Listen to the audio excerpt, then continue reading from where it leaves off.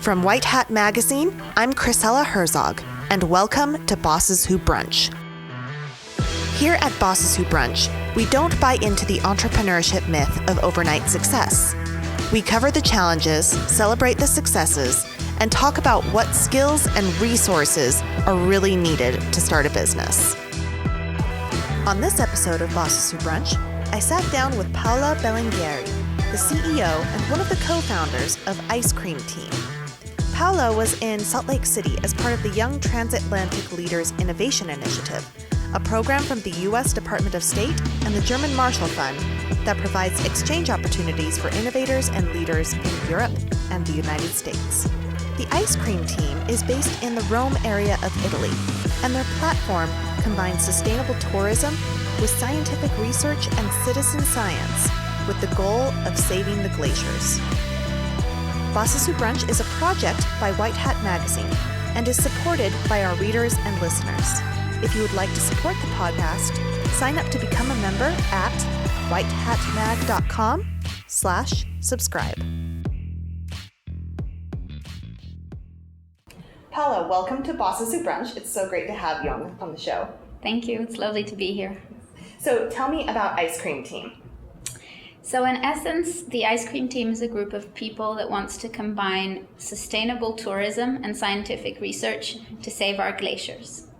So we know that glaciers are disappearing rapidly, both due to climate change and pollution, but also due to the activities of about 10 million tourists that are flocking to glacier sites every year because they're just amazing, beautiful places.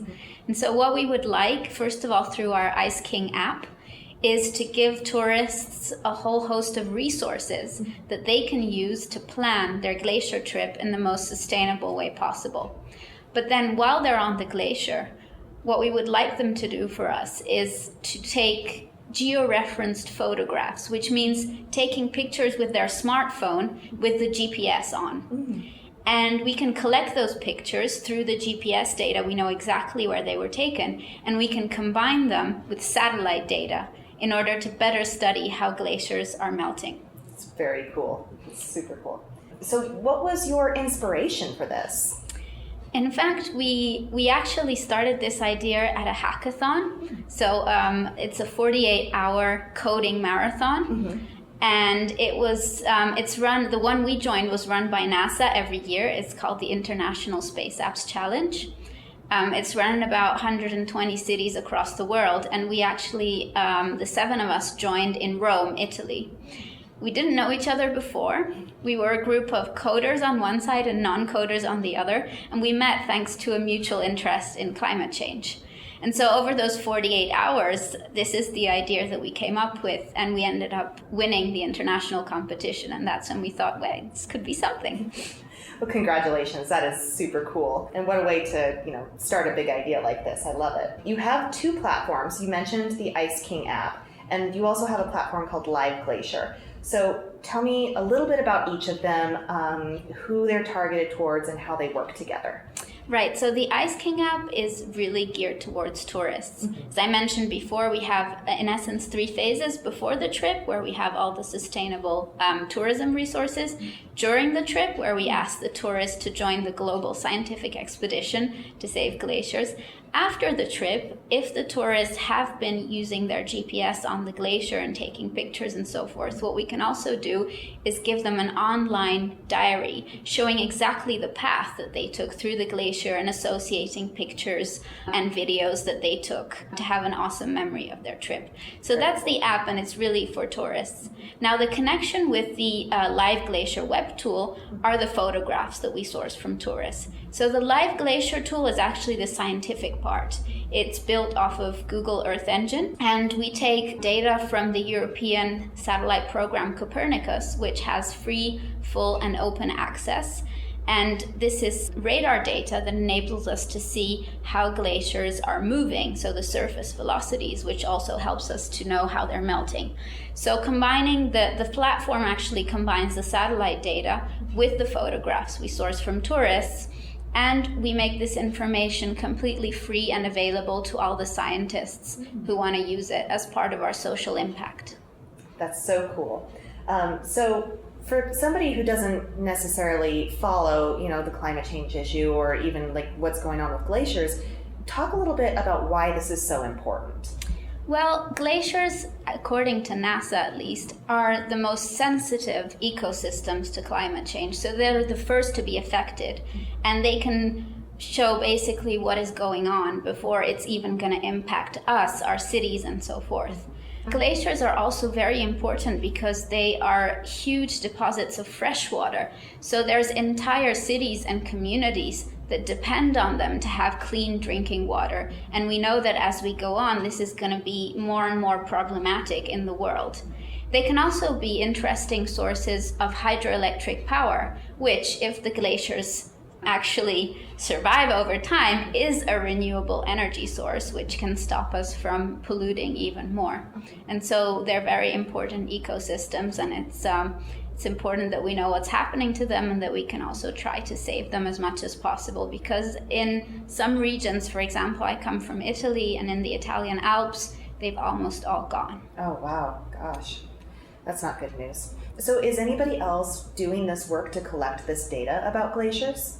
So there are several organisms that are studying this. There's the World Glacier Monitoring Service, for example, that already has a platform. It's very scientific, so they do have some information, but it's really geared towards scientists.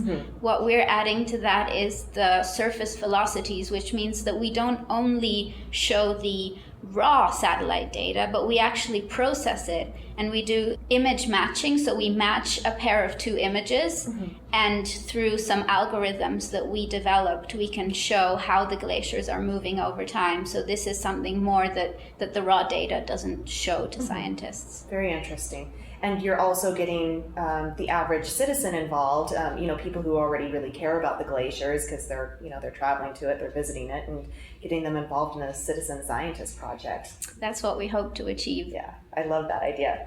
So let's talk about the IceCream app for a little bit and how you've branded it.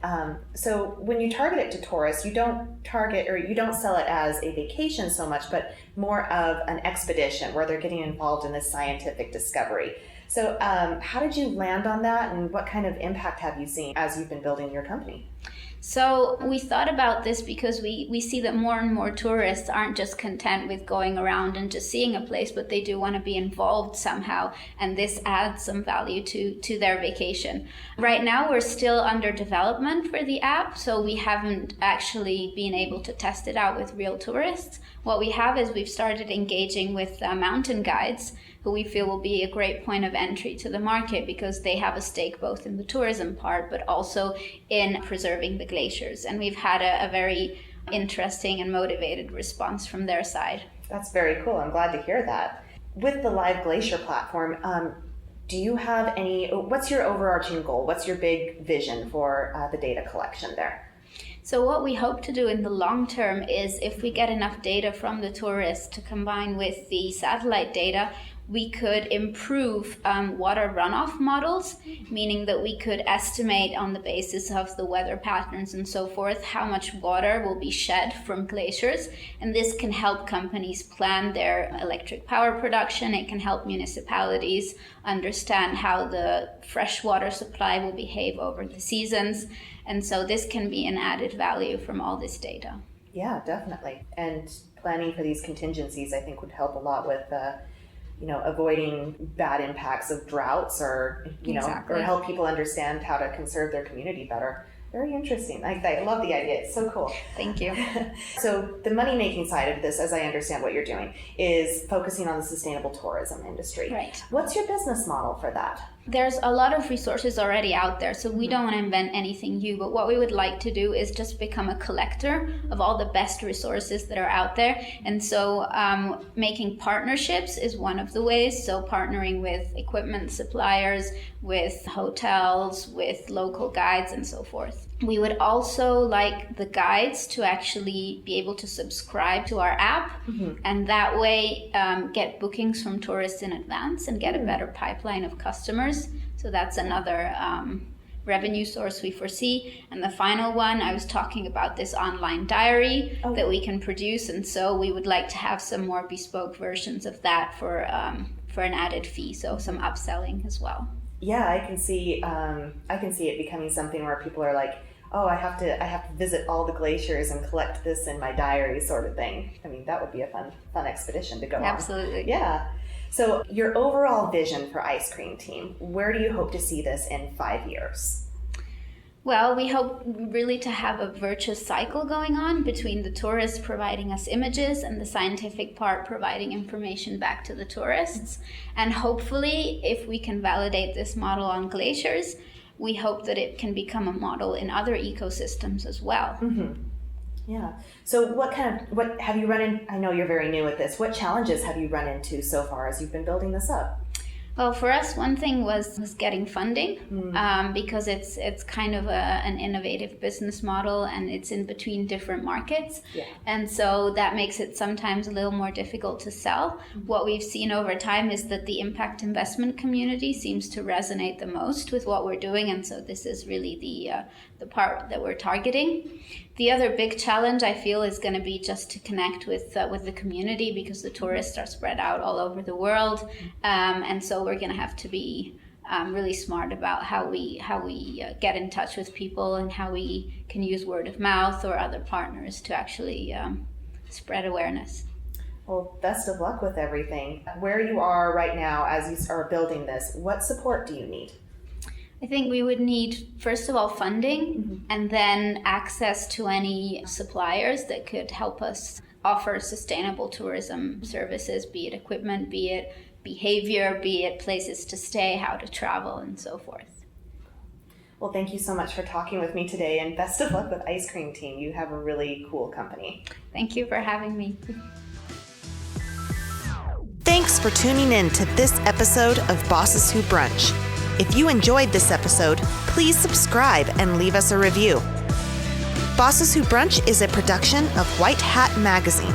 To keep up on future episodes and meetups, you can follow us on Twitter and Facebook at White Hat Mag.